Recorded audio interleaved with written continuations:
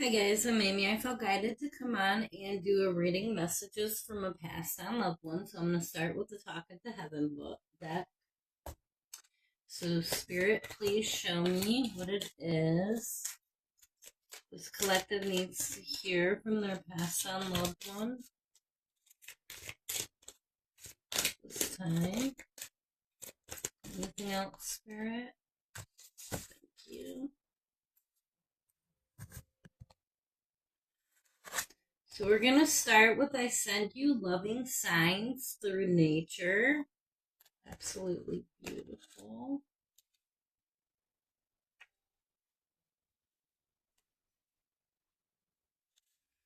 Yes, that is me sending you signs of my love and presence.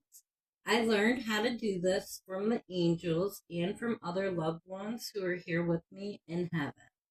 Together, we send you reminders that you are cared for, watched over, and protected by us.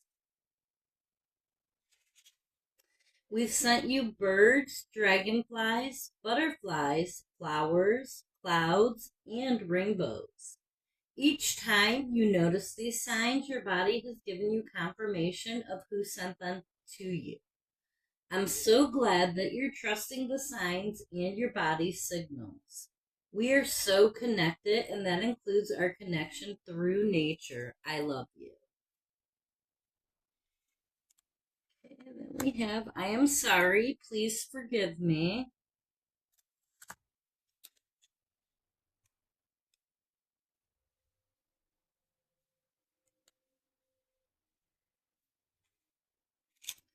Okay, now that I'm over here, I've had a chance to review my life. I understand how my actions affected you, and I need to apologize so that both of our souls can move forward. You see, if either one of us is hanging on to guilt or resentment, it stalls our personal growth. Please know that at every moment I was doing the very best I could. I will now finally admit to you how frightened I was. I made an effort to appear strong, but underneath I was scared of everything, including life.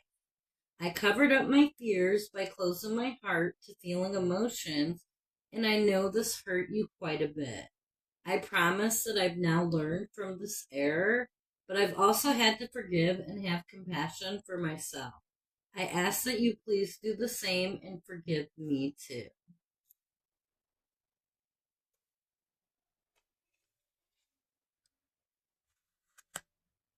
Okay, and then we have It Is Beautiful Where I Am.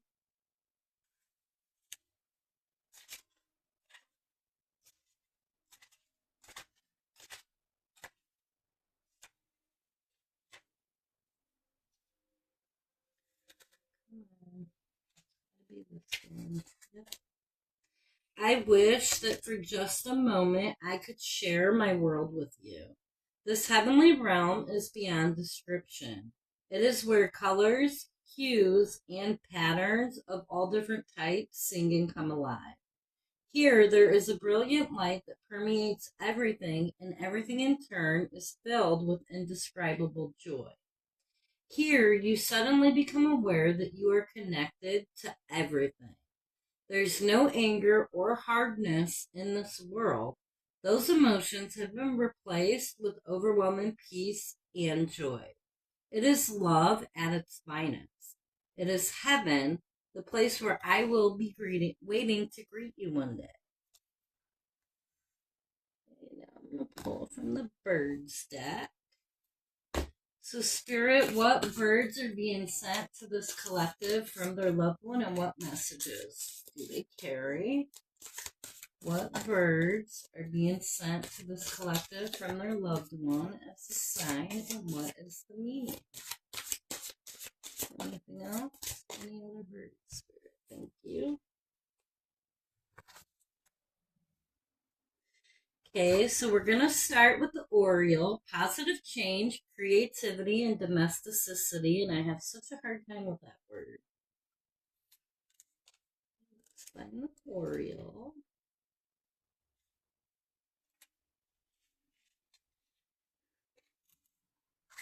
An Oriole means positive change is coming your way. If you've been experiencing emotional difficulty, particularly a lack of joy, the Oriole reminds you that happiness is in the simple things of life. The Oriole can represent a new creative adventure.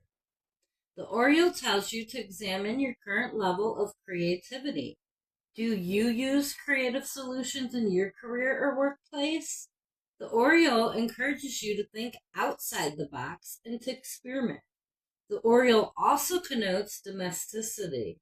If you see one, it may be reminding you to check if your home is serving your needs properly. The Oriole encourages you to take time to appreciate your home and take pride in your space. Okay, next we have the lark, joy, celebration, and playfulness.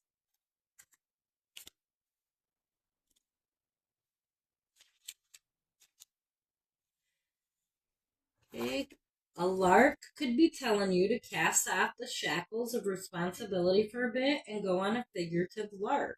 Play hooky, visit the zoo, go get some ice cream, or treat yourself to a new book. Do something out of the ordinary, something you've always wanted to do. The lark can also be telling you to experience more joy in your life. Are you working so hard that you've forgotten how to have fun? Think of the image of the skylark flying as high as it can while singing. You can figuratively sing out to celebrate the things you love in your life. The lark may be reminding you that you do, in fact, have things to sing about. Absolutely beautiful. I love that. And I love singing. Okay, and then the final bird card that came out is the loon, dreams, peace, and tranquility.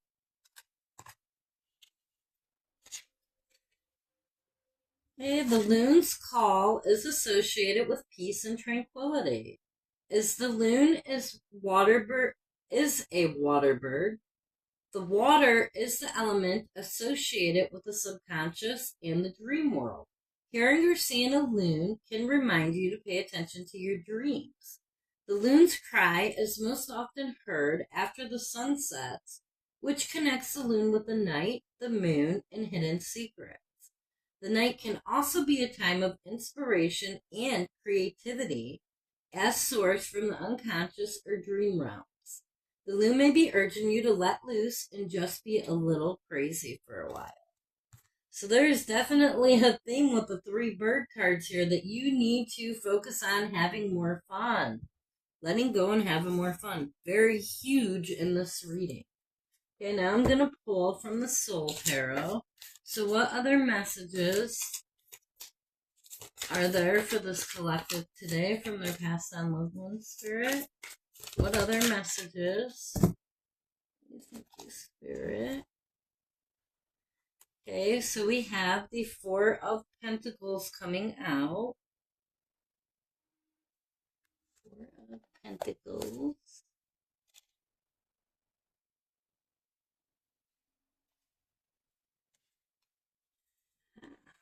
Hibernation. 4 of Pentacles is a sacred and important time of bodily rest and replenishment.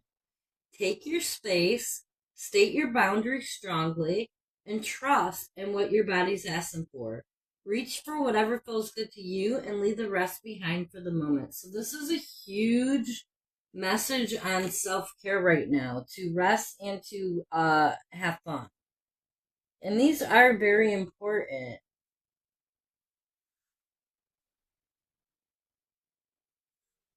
Okay, we have King of Cups next. The beautiful rainbow there. The kings are at the back of the book. King of Cups. King of Cups is a helper, healer, space holder, and tender of heart. An indication and a reminder that these gifts live within you. When this card shows up for us in a reading, however, it's less about our identity or embodiment of these qualities and much more about how we're being tended to as space holders. It's a gift to have the privilege of taking care of others and holding space, but it requires an immense amount of energy. This card is a sacred reminder to pour back into your well as you are best able to do so. You cannot pour from an empty cup is that message, and you absolutely cannot pour from an empty cup. Nobody can. You know, eventually your cup runs empty too. Okay, we have the Seven of Pentacles next.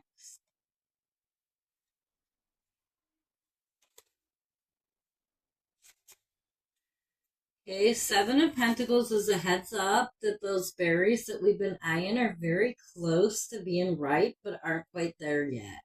We can technically pick those berries now, but they will likely be inedible. This card invites us to lean into patience, trusting that what we're longing to harvest will be ready on its own brilliant time. Okay, clear message there. And then we have the Eight of Swords.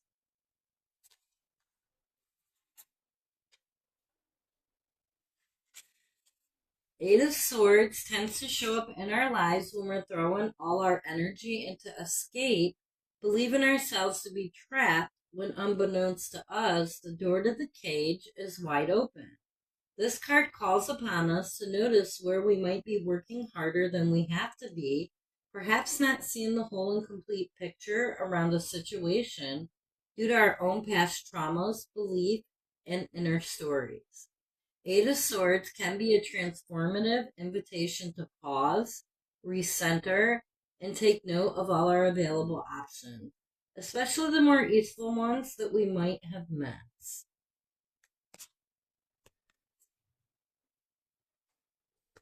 And then finally, I'm going to be pulling from the Healing Waters. So Spirit, what is the final message today for this collective from our passed on loved one? What is the final message today? Thank you, Spirit. So we start with gentle force, consistency, persistence, patience, the long game.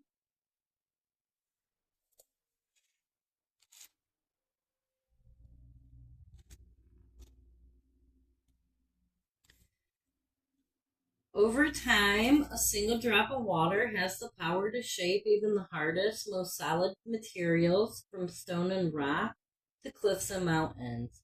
In fact, water is responsible for crafting most of the stunning landscapes of this world. We can learn a lot from water in this regard. How consistent action day after day, month after month, year after year, decade after decade can create steady, lasting change. A hagstone is a stone with a naturally occurring hole through it caused by water erosion. For the Celtic people, they were good omens and were thought to offer protection. So many people give up before they begin to see results. But deep-rooted change takes time. The most magnificent creations require committed crafting. We all have passions, but what most people don't do is commit to these things and master them.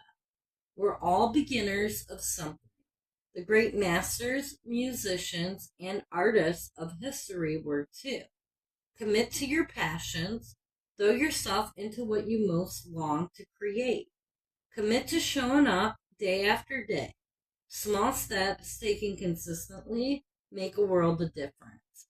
If you commit to your creations with grounded daily action, in a week or a decade from now, you'll be blown away by what you've created. There's no rush. Consistency is the key. Be like the drop of water on the hagstone. Play the long game. Don't burn out before you really begin. Be patient and keep showing up. Soul inquiry, how can you show up with more consistency to what you're longing to create? That's for those of you that aren't already doing it.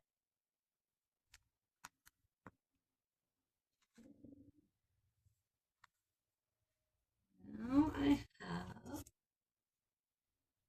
She Who Flows, ease, being open to change, go with the flow of life.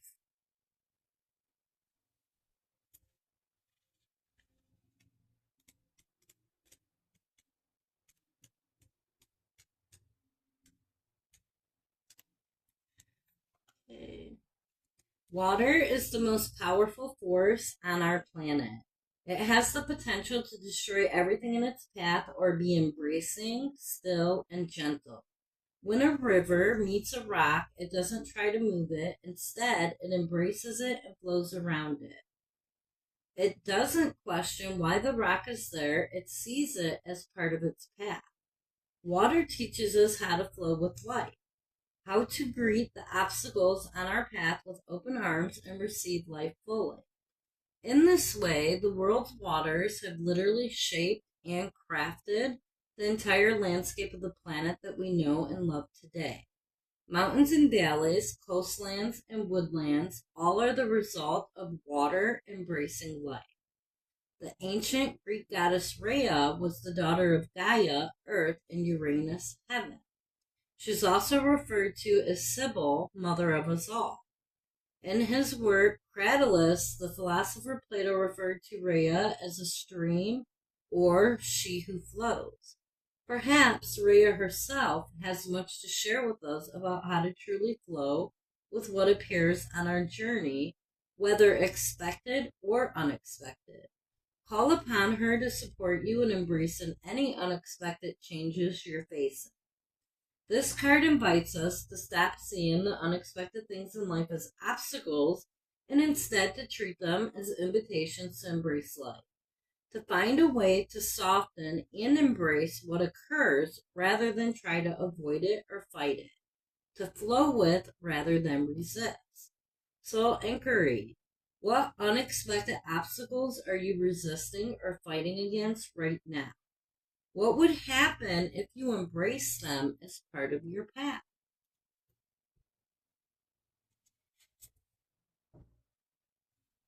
Okay, now we have Atlantis. Keep the big vision. Stay in alignment as you grow.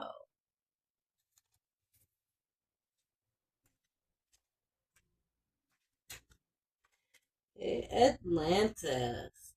In his writings, the ancient Greek philosopher Plato described a great civilization called Atlantis, whose island home in the Atlantic Ocean was a marvel of architecture. Its capital city was made up of a series of concentric circles separated by moats of water, and at its center was a temple dedicated to Poseidon, the god of the sea. The Atlanteans were a highly advanced people who were very much tapped into and connected with the energy of the universe. They also harnessed the power of water and air in their technologies and practices. Perhaps this is where their tremendous psychic and magical abilities for manifesting their great visions into the physical came from. Eventually, Atlantis' growth got out of hand and its people became greedy and disrespectful. A series of earthquakes caused the island to sink to the bottom of the ocean, and for millennia, people have been captivated by the legend of this lost civilization. This card is one of huge visions and promises. You have the potential to create great things in the world. However, it comes with a warning to stay in alignment when you grow, to create rather than produce. Don't get addicted to growth. Instead, stay true to your mission and inner calling. Soul inquiry, what are you being called to create? How can you focus on creating rather than producing? How can you stay in alignment as you grow? And the final card for this reading is Follow the Stream, Dedication, Trust, Future Rivers, and Oceans. Okay, follow the stream. Makes me think of follow your dream. Follow the stream to your dream.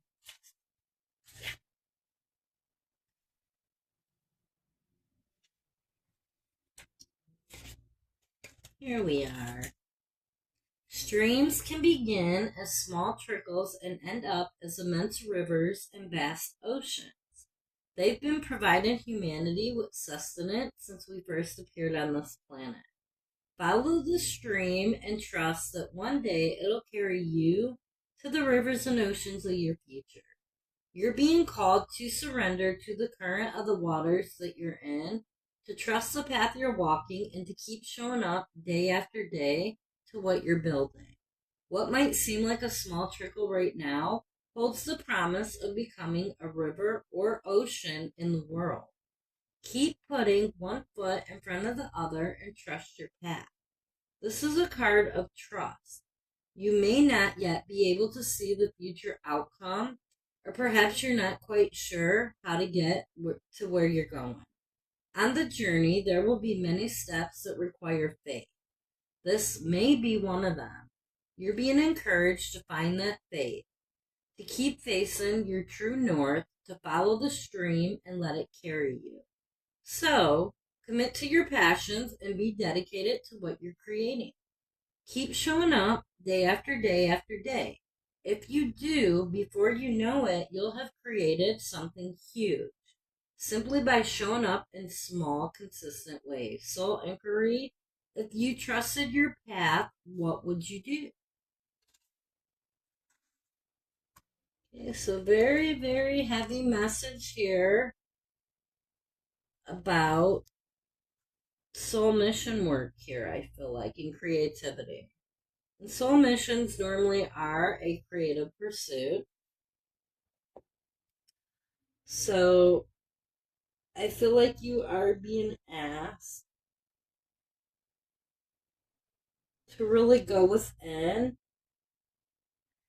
and figure out what that creative pursuit is for you. Because, I mean, it's not going to be the same for everybody. But creative pursuits like art, singing, even cooking can be a creative pursuit, right? You can get very creative with cooking.